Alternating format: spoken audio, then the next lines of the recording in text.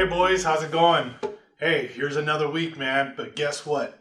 I think we're almost done with this COVID thing. So that means pretty soon we'll be able to meet. Looking forward to that. You know, one of the things through this whole thing is that God has been faithful to his word.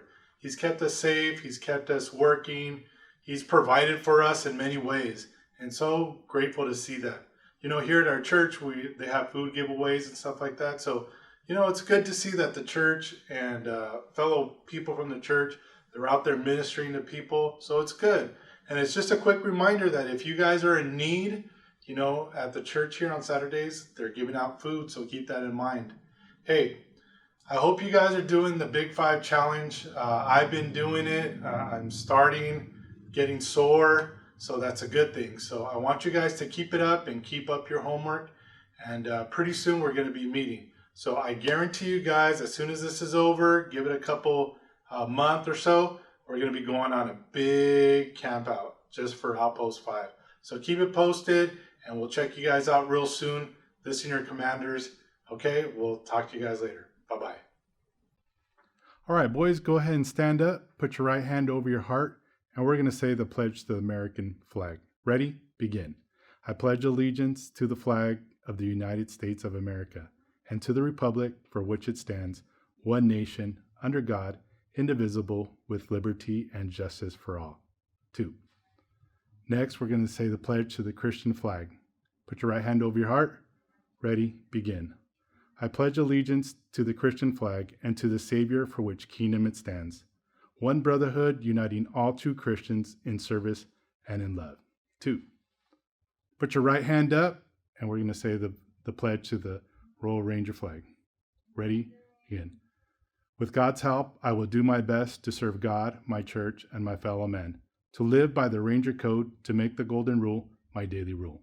2. Thank you, boys. You can have a seat now. How's it going, guys? Today we're going to be going over biblical worldview, the book of Ezra. It's going to be lesson 4. So let's get started. When the 7th month came and the Israelites had settled in their towns, the people assembled together as one in Jerusalem. Then Josiah, son of Josadak, and his fellow priest and his associate began to build the altar of God in Israel to sacrifice burnt offerings on it, in accordance with what is written in the law of Moses, the man of God. Despite their fear of the peoples around them, they built the altar on its foundation and sacrificed burnt offerings on it to the Lord, both the morning and evening sacrifices.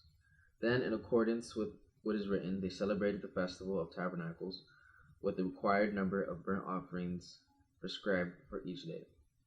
After that, they presented the regular burnt offerings, the new moon sacrifices, and the sacrifices for all the appointed sacred festivals of the Lord, as well as those brought as freewill offerings to the Lord. On the first day of the 7th month, they began to offer burnt offerings to the Lord, though the foundation of the Lord's temple had not yet been laid. Ezra chapter 3, verses 1 through 6. The people who returned to Jerusalem to worship God didn't have it easy. Enemies were all around. These enemies didn't want the city rebuilt. They didn't want the temple restored. The people rebuilt the altar first. It was used to offer sacrifices to God. The people's priority was to worship God. The people knew that if they focused on God, He would rescue them from their enemies. They were not worried about what people around them thought. They were determined to show God their love. We often worry about what others think of us when we worship God. We fear people will make fun of us, but God doesn't want us to fear what others might think to do. He wants our priority to be worshiping Him and enjoying His presence. We also sometimes let things take our focus away from God.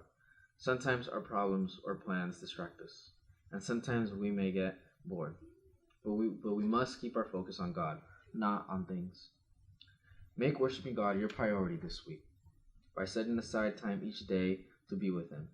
When you worship around others, don't worry about what they think, but focus your worship on pleasing God. So when you guys are in public, when you guys are in school, maybe at the store with your parents,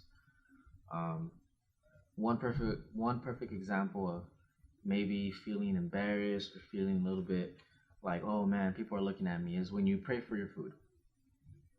Um, when you're at the mall or maybe you're at school, when you pray for your food, you close your eyes and you bow your head, and other people might look at you. But just how it says here, you shouldn't worry what other people have to think. Your focus should be pleasing God and worshiping Him. And something simple like that help you um, can help you work on that to not be embarrassed in front of people. When you're at school, when you get your lunch, um, praying for your food is very important, and it shouldn't really matter what people think what you're doing. Sometimes this can lead to you witnessing to someone. If they're interested in what you're doing, you can talk to them and tell them what to do, and this just might lead them to praising God themselves. So when you guys are home, when you guys are with other family members, when you guys are at school, when you guys go out to eat, just remember that you shouldn't worry what other people have to say or think about you when you're worshiping God, whether it be in prayer or maybe you're just singing a song under your breath. You shouldn't worry about what other people have to say or think about you or your family. And in that, we're going to lead in the prayer here. Dear God, thank you that you love me. Please help me to keep you my top priority. Amen. So this week, guys, and throughout all this, just keep God your priority before you go to bed, after you wake up, before you eat. Just keep him in mind. Keep your friends and family in prayer, and just pray whenever you can throughout the day, and you'll see that God will be with you at all times. That is it. Hey boys, how's it going? Commander Frank here, and we're going to go ahead and finish off with our safety merit. Question number 3. It says, explain and demonstrate the proper safety procedures for riding a bike on public road. List 3 pieces of safety equipment you should have on your bike.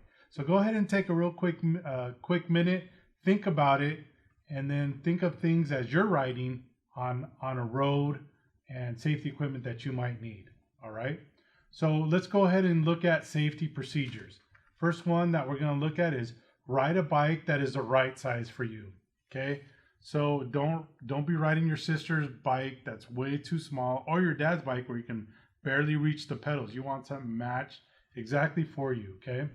And then before each ride, check the wheels aren't loose and the brakes work. Okay. So what you're going to do is make sure the 2 knobs on the front on each side of the forks, make sure they're tight, that they don't come off. You don't want to be doing a wheelie and the tire comes off and you go flying off. Okay. Also, when exiting a driveway or crossing a street, stop, look left, look right, and then look left again, and make sure there's no traffic. Okay. We don't need you getting in a big accident. Okay. So always check those things. Right on the right side of the flow of traffic. So if you're going to be going with the flow of traffic. Okay. You don't want to be going against, when you're on the street, you don't want to be going against traffic. Okay. Because that's a way head-on collision with the car there. Okay. Stop at all stop signs and all traffic lights. You're just like a car. So, if you're riding a bike, don't think you don't have rules and regulations. You have rules and regulations just like you're driving a car. So whatever cars are doing, you need to do the same. Okay. Do not ride in the wrong direction on one-way streets. Okay. It's basically what I'm just telling you. You're just like a car when you're out there riding a bike. Okay. You need to remember that. If it's a one-way street, you need to go down that one-way street, not against the flow. Okay. And use the proper hand signals. Okay. If you guys don't know what the proper hand signals is, this is you're going to make a right, you're going to make a left, and this one you're going to stop. Okay. So make sure you guys have those in mind. So it's a right, left, and stop. Okay. Those are the signals that you guys are going to use. Okay. Ride single file when you're going down a street. I know some of the streets here in Santa Ana, they have bike lanes. So those are just for bike lanes, just for you. Or there's streets designated where you can ride down the middle of the street. If they don't have a bike lane, you can ride down the middle of the street in some streets in Santa Ana. So be careful. There's some people out there that, get mad at bikes using the whole lane. So if it has a bike lane, stay in the bike lane. If the street's designated where you can ride down the middle of that street in a bike, go ahead and do it. Okay? Give the right of way to pedestrians. Always, pedestrians have the right of way. If you're in a car, if you're in a bike, okay? So just be careful of them, okay? Carry no passengers. I know right now we want to put somebody on our handlebars or somebody in the back, okay? Don't carry passengers. It's things can end real bad, okay? So you don't want to carry people that are going to block your view from the front. And sometimes when there's people in the back, you know, the weight kind of shifts and it gets you unstable and you get in an accident. So we don't want to do that, okay? Let's move on to bike safety equipment, okay? Always use reflectors, okay? If you have a bike, you need a reflector in the front and you need a reflector in the back, okay? So that's a given. Make sure the cars can see you, okay? At night, when you're riding around, you need a reflector in the front, reflector in the back, and if possible, a headlight in the front, okay? Always, always, always, I can't emphasize this enough, always wear a helmet, okay? If you're in a car accident and you don't have, if you're in a bike accident and you don't have a helmet, one of the first things that's gonna, you know, is gonna cause major damage is damage to your head, okay? So always, always wear a bike helmet, okay? Check that your brakes are in great working conditions before you start riding the bike. I know I've had it happen to me when I'm riding the bike and I hit the brake and the cable snaps. Those are just accidents that we can't see, but always just take a quick inspection of your bike, the brakes, make sure the front and the back brakes work. And if you don't have hand brakes, make sure that you know how to stop that bike. Okay, that's it. Okay, hey, that's all we have for lesson 3. Make sure to write down your comments about that. Okay, and fill those out, put them in, and we'll see you guys next time. Take care. Bye-bye. 74, 75. Hey guys, I see you still sitting around. We still have the Big 5 challenge coming up. It's 5 pull-ups, 50 push-ups, 75 air squats, followed by a 1 mile broken up in half, one at the beginning, one at the end. So if you guys are struggling with your push-ups, I brought some bands here. These bands, you can find them almost anywhere. Your mom might have them, your mom's friend might have them. Doesn't matter. Borrow some, get some bands together. This will help you with your push-ups. You can bring them across your back this way. See here. Okay, create a diamond. So with that diamond, you come back and you work it out.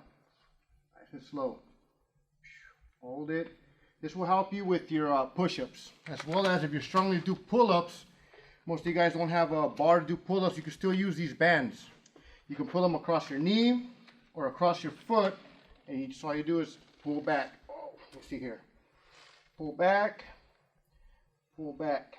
Okay, this will help you build strength. Eventually, you'll end up doing a pull-up. You'll do a push-up. So stay posted. This is a race, so take it serious. We will be competing. You can call out a commander if you want. Okay, so make it happen.